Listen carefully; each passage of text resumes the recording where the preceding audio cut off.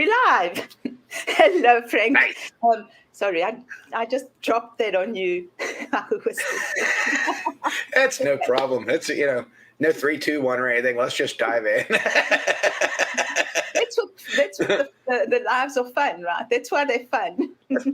Exactly. Yeah. I mean, it's what did they say at live television? I think is possible. You just kind of roll with it. But yeah. That's what this podcast's about. It's just rolling with it. Okay, so that's right. Hello, everyone. Today, Carina, Breakthrough Found Freedom. And before I introduce my beautiful guest, I want to ask you a question. What do you do when you're stuck? Like, what happens when you're stuck in an elevator? Do you scream? Do you shout? Are you afraid? What happens when what are those escalators, those rolling escalators? What happens when you're stuck at the bottom and it doesn't work anymore? What do you do then? And have you ever thought about somebody who is actually stuck in a wheelchair? What do they do? Now, today is a very interesting, I want to speak about, the topic today is about accessibility. Something that me, as an abled person, doesn't really think about because life just carries on. And sometimes we don't think about how other people are going through life because it's just out of our model of the world. Now, I have to just bring one of our guests, Kevin Robinson, that we spoke to a few weeks ago. And as we all know, he's in a wheelchair. So how does he get around? Well, let's speak to Frank. Frank Yeager. Hello, Frank. How are you today? Hi, Carina. I'm great. I know that this topic is very close to your heart, and that's why I asked you to come onto our show, because I think it's very relative to fear on many levels. And first of all, before we go into that, Frank, tell us who is Frank? Oh, good Lord. We don't have time for all that. But yeah, Frank. Well, in a nutshell, okay. As far as accessibility is concerned, let's go with that. I do property inspections and accessibility consulting. My wife and I both. We do several different kinds of business consulting revolving around properties. But we're really getting started with helping businesses with their accessibility problems. Okay. Well, that's just like over the top. Tell me a bit about Frank. So how did you get into this business? Because it's like really out there and, well, for me, it's like out there. It's not something that most people would think about, right? Or not? I mean, I didn't up until I met my wife. I mean, I met my wife about, 15 years. 15 years we've been married. So it's been a couple more years than that. And getting close to 20, good Lord.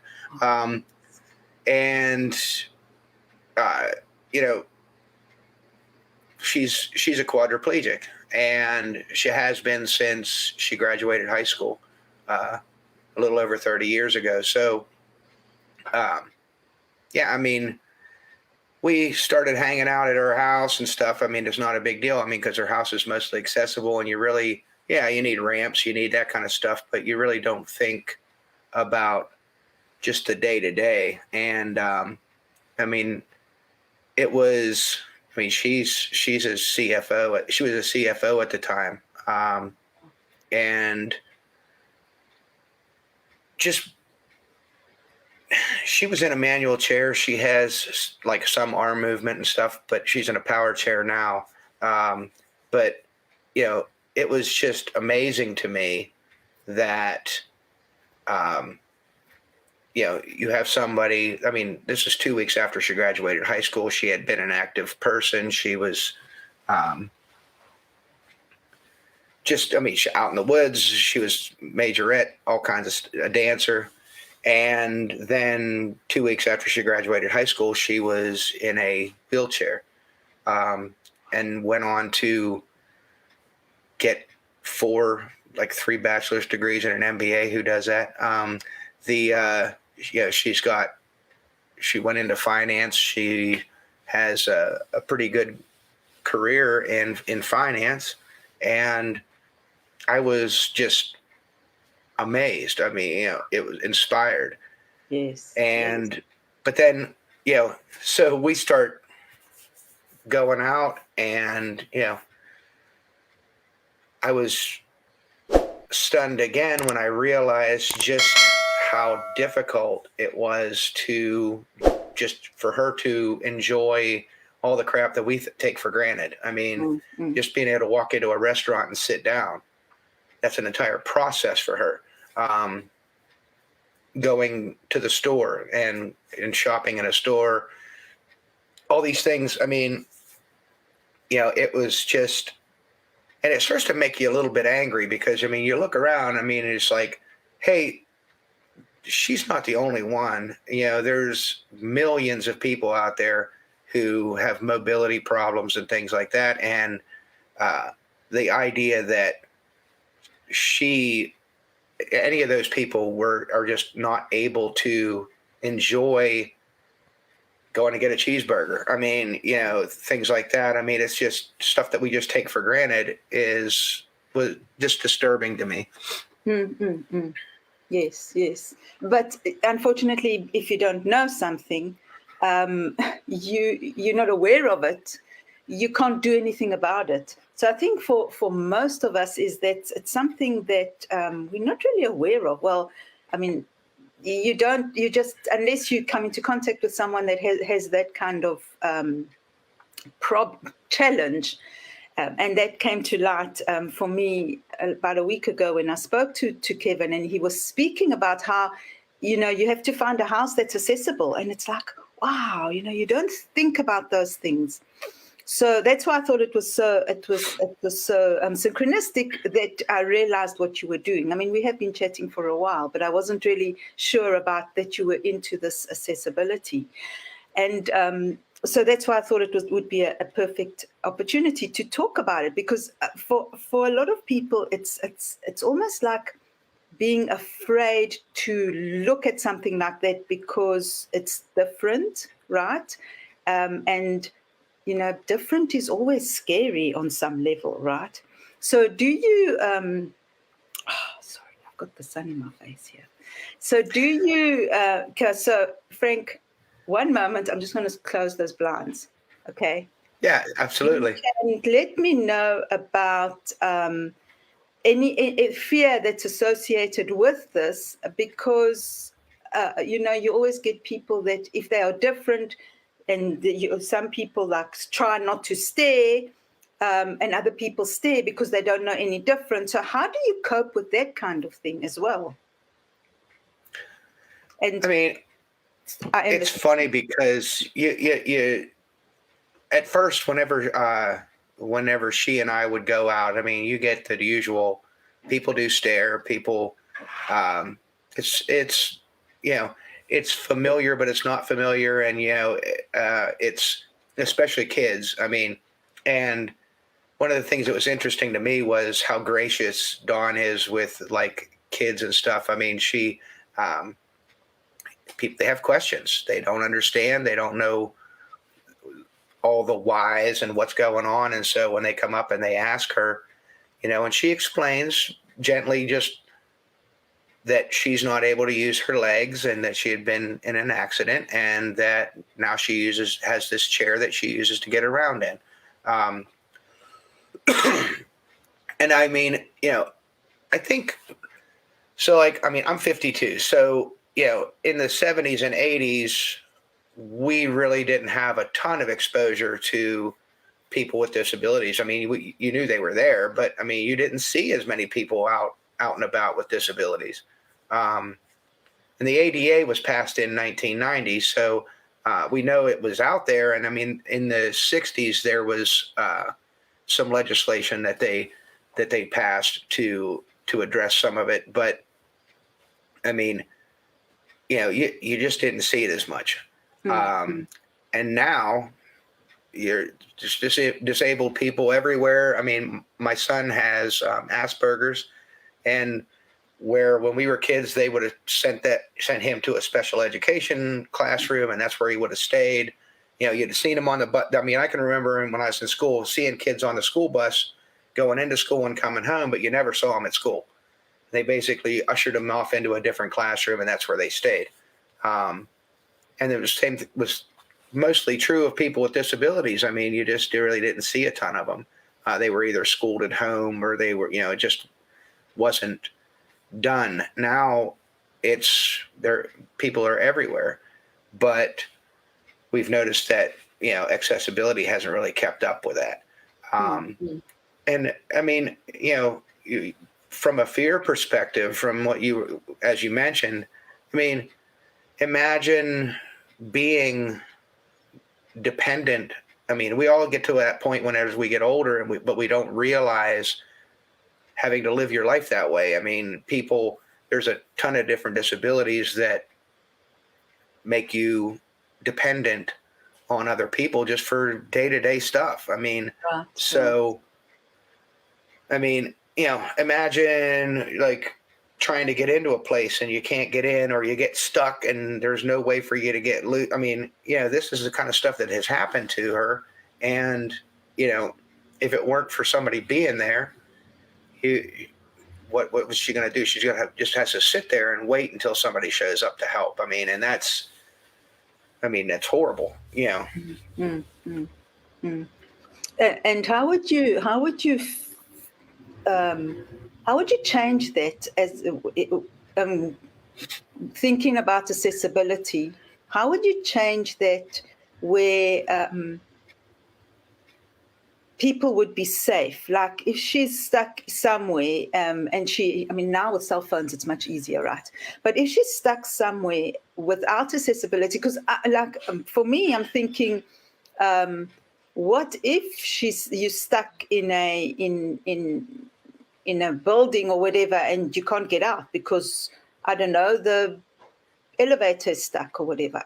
How would something like that be fixed? Well, I mean, part of it is, there's no completely eliminating it. You just can't. Yeah. We actually have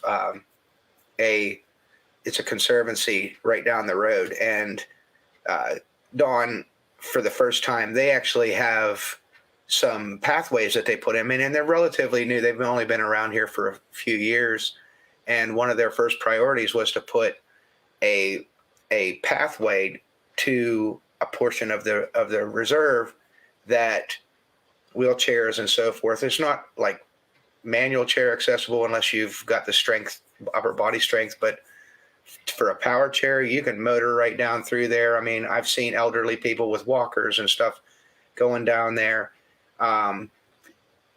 Terrifies me because I'm like, if anything happens out there, you're out there. It's the woods. It's but creating those spaces. Dawn went up there one time and they'd mowed a new path off and she wanted to go check it out. And a power chair, hers is 350 pounds without her in it. And when she gets off the path, now she doesn't weigh a lot. She weighs about 100 pounds, but she goes down through and the phone rings. And I pick up the phone and she says, "I'm stuck." Okay, where are you? She's like, "I'm up at the reserve. There was a new path." I was like, "And you figured you should try that on your own?" "Oh, okay." And so I went up and I had to like push her out, and we got her out of there. But I mean, she's stuck in the mud. She's gotten stuck in the mud in the yard. I mean, she's been out in our yard, just out there with the dog and our son, and has gotten stuck, and I've had to go out and get her out. I mean, day to day, things are going to happen, but making people aware, like, don't be afraid. I mean, you see somebody struggling with something, don't be afraid. It's okay to ask. Most of the time, just go over and ask. They don't Yes. get upset by, don't force yourself on them either. I mean, if they're saying, no, I got it. Let them alone. But Mm-hmm. if there's no harm in walking over and saying, hey, you need a hand. And if they do, they'll say, yeah. So just having people be aware, and that goes for, we've had experiences in stores and stuff like that where it was funny because there's like a fine line, but I Dawn went into a store and I had to run down, so I get her in. I just walk over, open up the door, get her inside. She's going to do. It's a beauty supply place, of course. I have tons of interest in that, so I went down to the hardware store and or auto parts store. So I took care of what I had to take care of, and I come back and she's sitting outside on the sidewalk. She's just hanging out, and I'm like, and she's looks happy. I walk up to her. I'm like, how's it going? And she's like, that was amazing. She went in. The girl at the front, there was like, I think one or two girls inside, and one girl says, can I help you with anything? Dawn told her what she was looking for. She told her where it was. She said, just, let me know if you need any help. And away Dawn went. And it was like, she was in there browsing as women do. I don't know what, shopping to me is. I know what I want. I go in, I get it. I get the heck out of there. Where, it's a whole different process. It takes a lot of Xanax for me to get through a shopping trip. But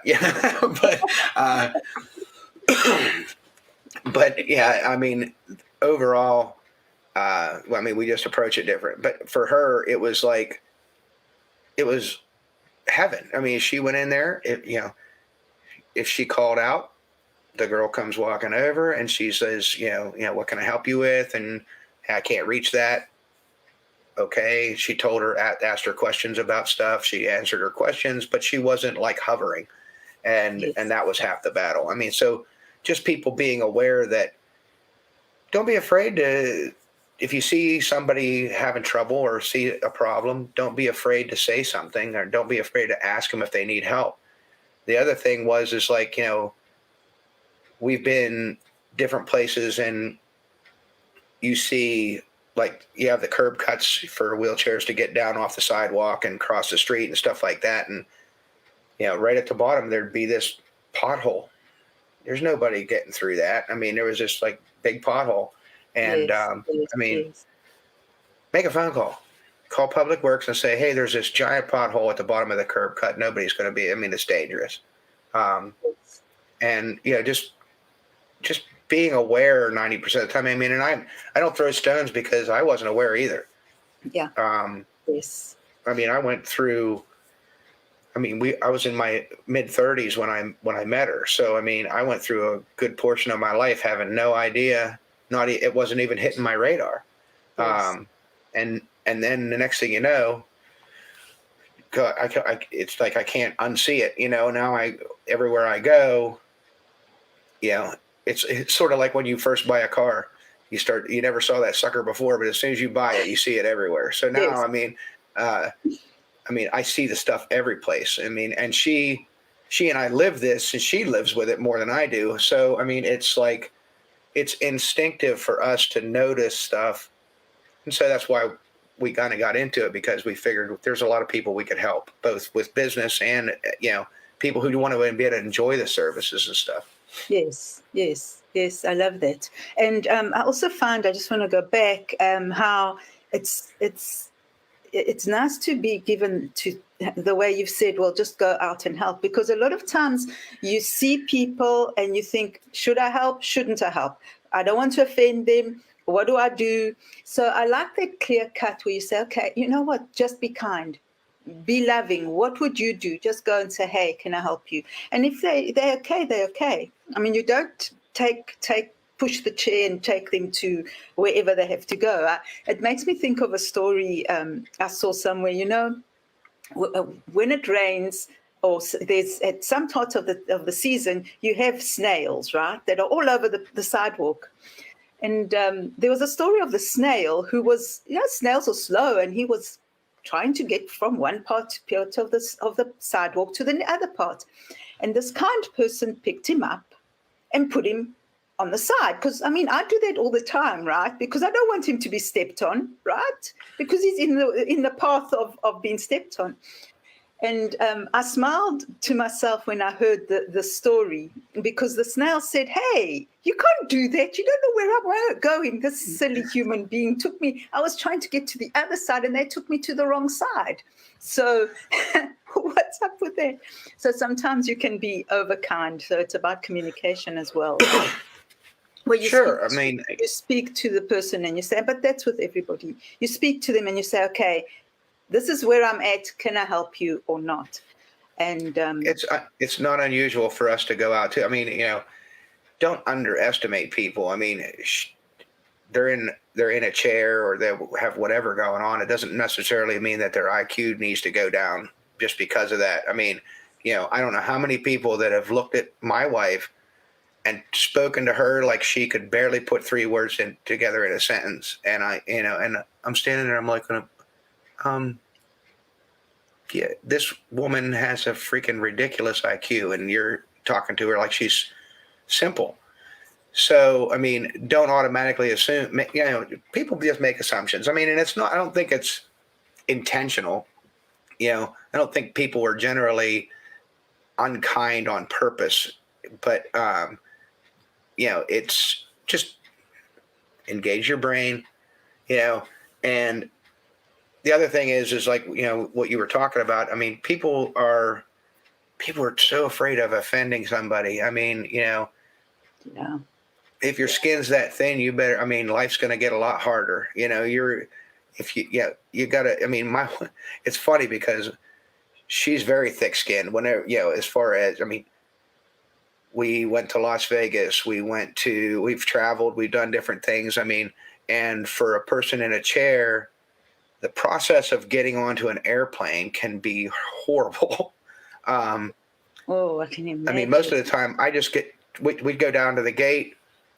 Normally we get down to the gate, they have a chair that they use to run you down the aisle. So they put you in this chair. Now, like I said, my wife is 100 pounds, and she's like, you feel like an elephant in that chair. It doesn't matter how big you are, you feel giant in this chair. You sit there and it's a straight back chair and you're strapped in, and it's just like a glorified dolly is all it is. And they dolly her down there.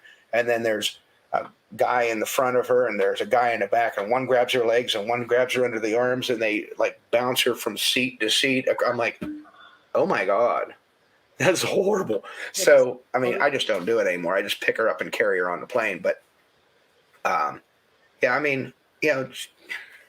it's unbelievable.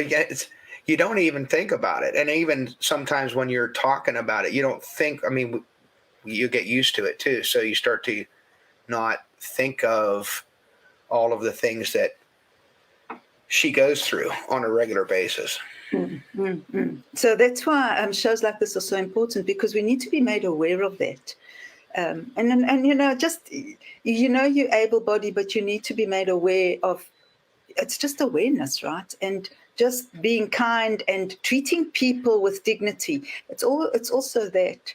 It's also for me very interesting how if someone's got a disability, or they seem to be a bit different to the norm, then people speak down to them. Again, it's just lack of awareness and lack of education. So it's very commendable what you're doing to actually make people aware of accessibility, which is something that's, like I said, initially, it is so, we just take it so for granted. And, and if you go out and just go out today, take a walk. Take a walk and just think about someone who is in a wheelchair, and think about how they would be how they'd go from one place to another. Even walking in the park, for example, the paths aren't that big. now that I'm just thinking, I've got a park across the way that I've often worked to where I'm staying. And I'm thinking the path isn't very big. I don't know if it would be wheelchair accessible. So again, it's awareness and education. So Well, I mean, a that's, lot of, the ADA has requirements, but they're minimum requirements. And I mean, that doesn't necessarily mean that it's the best option either. I mean, they say that, oh, you have to have a pathway 36 inches wide. I was a contractor for over 30 years, and uh, I mean, I didn't know any better. I went out, I was doing I was doing a modification job, making a sidewalk that was better for this wheelchair, putting a ramp in up to the door and everything. And I made the sidewalk 36 inches wide. It kind of like had to go around in a curve. And this woman, it was her son, she could barely keep the wheelchair on the sidewalk. And when I saw it, I was like, holy crap, that's just, so I wound up actually going in there and making the sidewalk 42 inches as opposed to 36, just because now, I mean, now it's no problem to get down that sidewalk. But yes. I mean, Yes. your front door is 36 inches wide in general in the United States. And just imagine trying to pass a wheelchair in that space. It's just that simple. Most of the pathways are 36 inches or so wide. I mean, imagine trying to pass them in your front door. Yes, yes, yes. Like I said, it's something that you take for granted because you don't know any better. I mean, now it's just, again, the awareness, realizing that there are people out there that are different to you, and just being kind and helpful. And even as a business, it must be quite interesting having a business, a physical business. Okay, like a lot of us have virtual businesses right online, but a physical business. I'm just thinking, there's a lot of businesses that you probably can't get through, like these small little shops, for example, that have got trinkets and all these cute things. There's no ways that that a wheelchair can be accessible to that. So, and I mean, I know some of them are small, so maybe there's another solution. So would there be another solution? Well, I mean, so we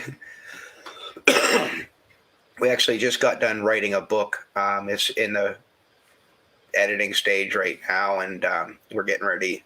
Probably come out like the first of the year. Nice. But it's called Practical Access.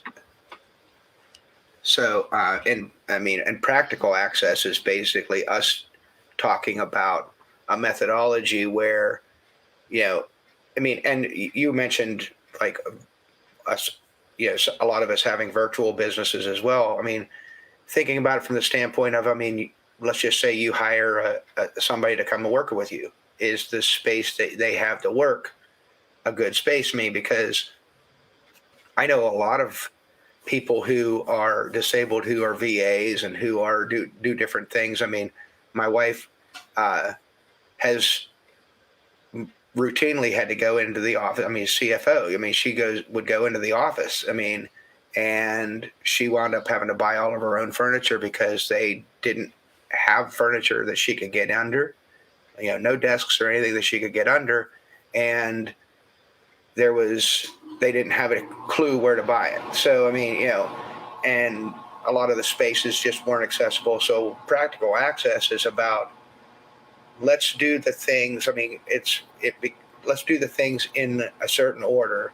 So from the outside of the building to the inside of the building, so that, okay, we're not wasting money. Number one, you're not remodeling a bathroom to be accessible whenever they can't even get in the front door,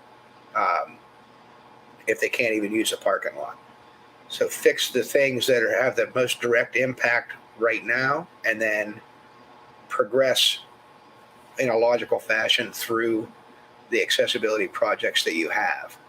I mean, and talking to people, I mean, it's amazing to me how many times, you talk to business owners and they're like, well, I don't have any idea what to do. Well, did you talk to anybody? I mean, and you see people coming in and out of your store. Why not talk to them? Well, I don't know what to say to them. Okay, how about, how is everything? Is there anything that I could do better? that's pretty easy. And then what's to get offended by that? Yes, yes. It's so much easier to ignore it. So if you have someone, well, it's easier. It seems easier, but it becomes bigger and bigger and bigger because the problem doesn't go away. It's just compounded, right? So, so if you see somebody that's coming into your store, I'm just my perception of I'm seeing it from my point of view. If you see someone coming into your store, in a wheelchair and they're having problems, it's easier to go like, okay, I didn't see that, let me walk away, instead of facing it head on. And that's with a lot of things. A lot of people, like, fear basically is like, it's easier for me at this moment to run away from it, but it never is. It never is. Right. It's always better to just face it and go, like you said, go to them and say, okay, how can I help you? Where can we make this better for you?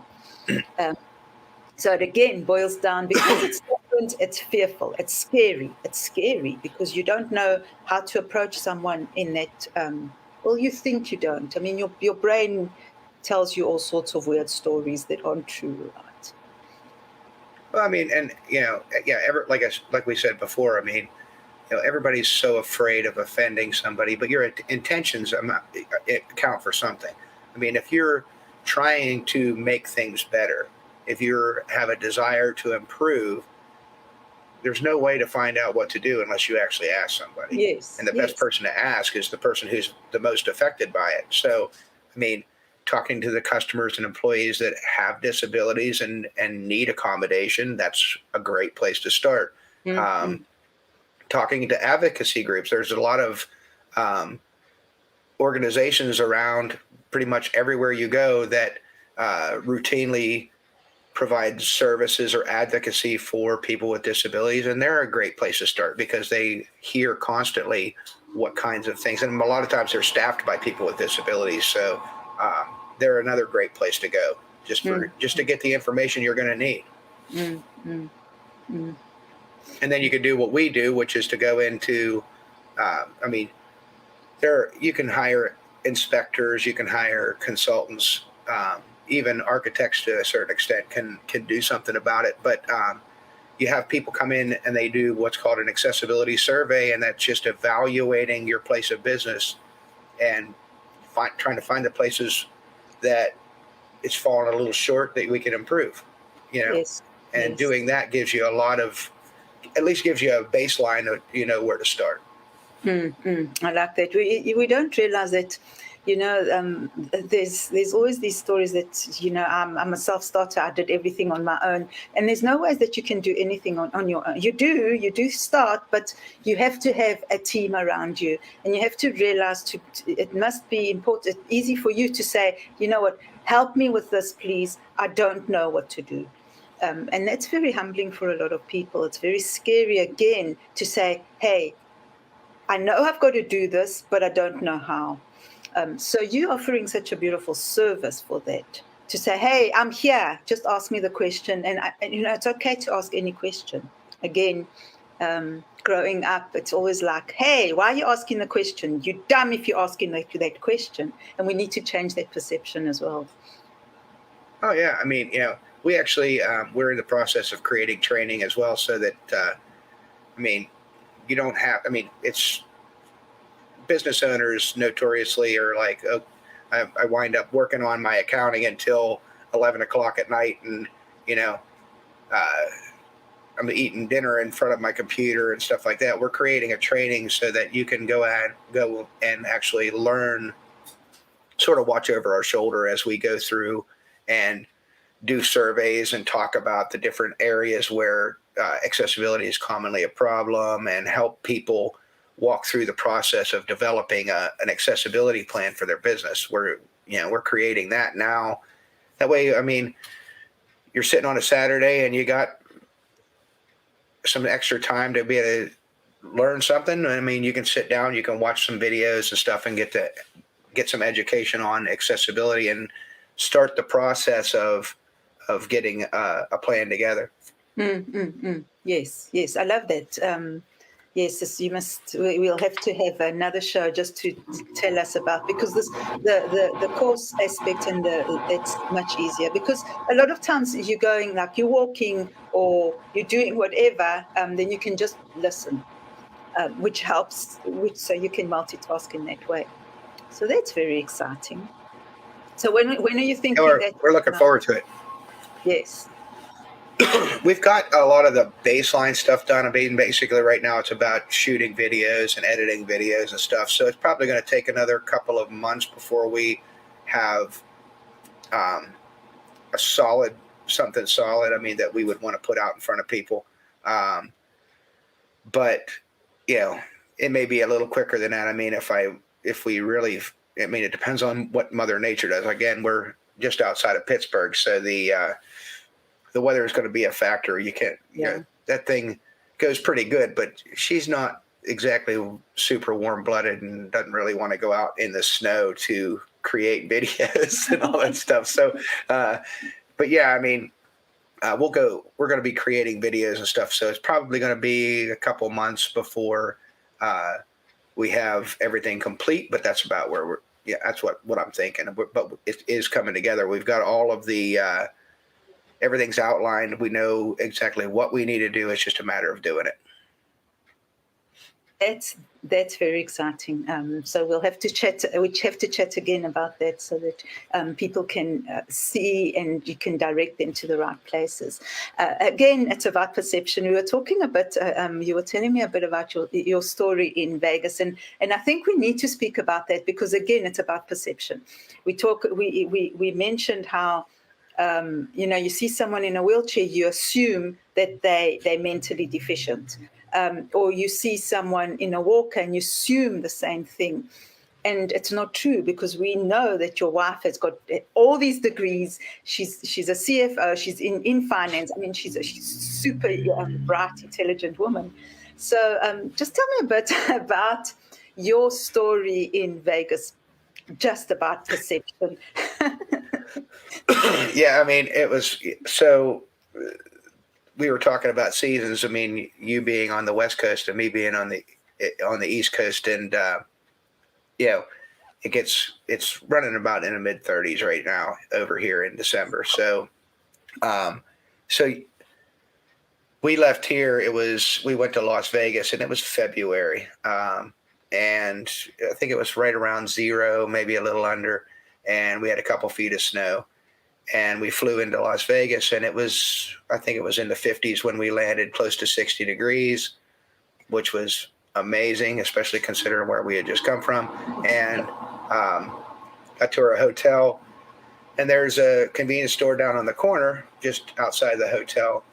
And there was a guy standing there. He was clearly a local guy, and he was dressed either that or he was from Ecuador. But he had a long down coat on, and was obviously freezing.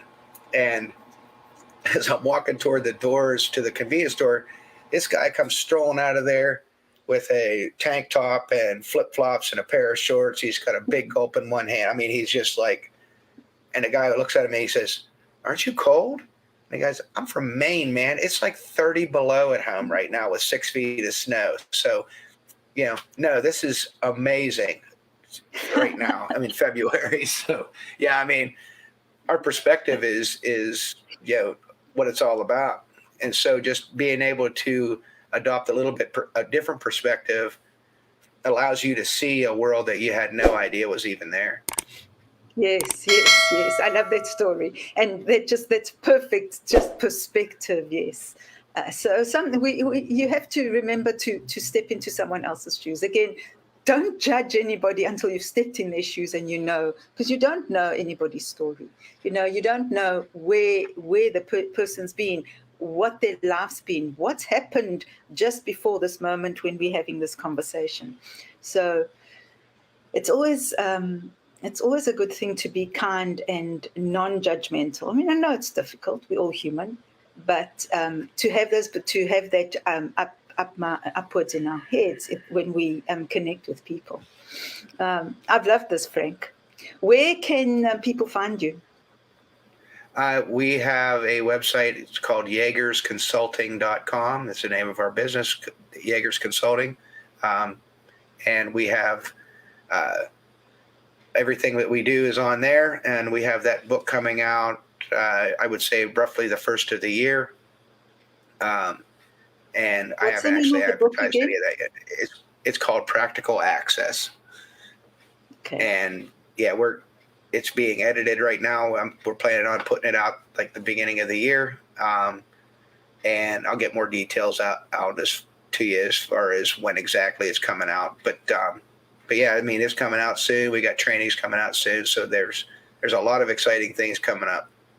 Nice. It's very exciting, and it's very exciting. It's very commendable what you're doing, and it's actually very exciting to be able to change so many lives that you don't even realize how much you can do. And as for my part, it would be just be kind and helpful, and know that everyone's going through life. So if we can be kind to people and we can be helpful, wow.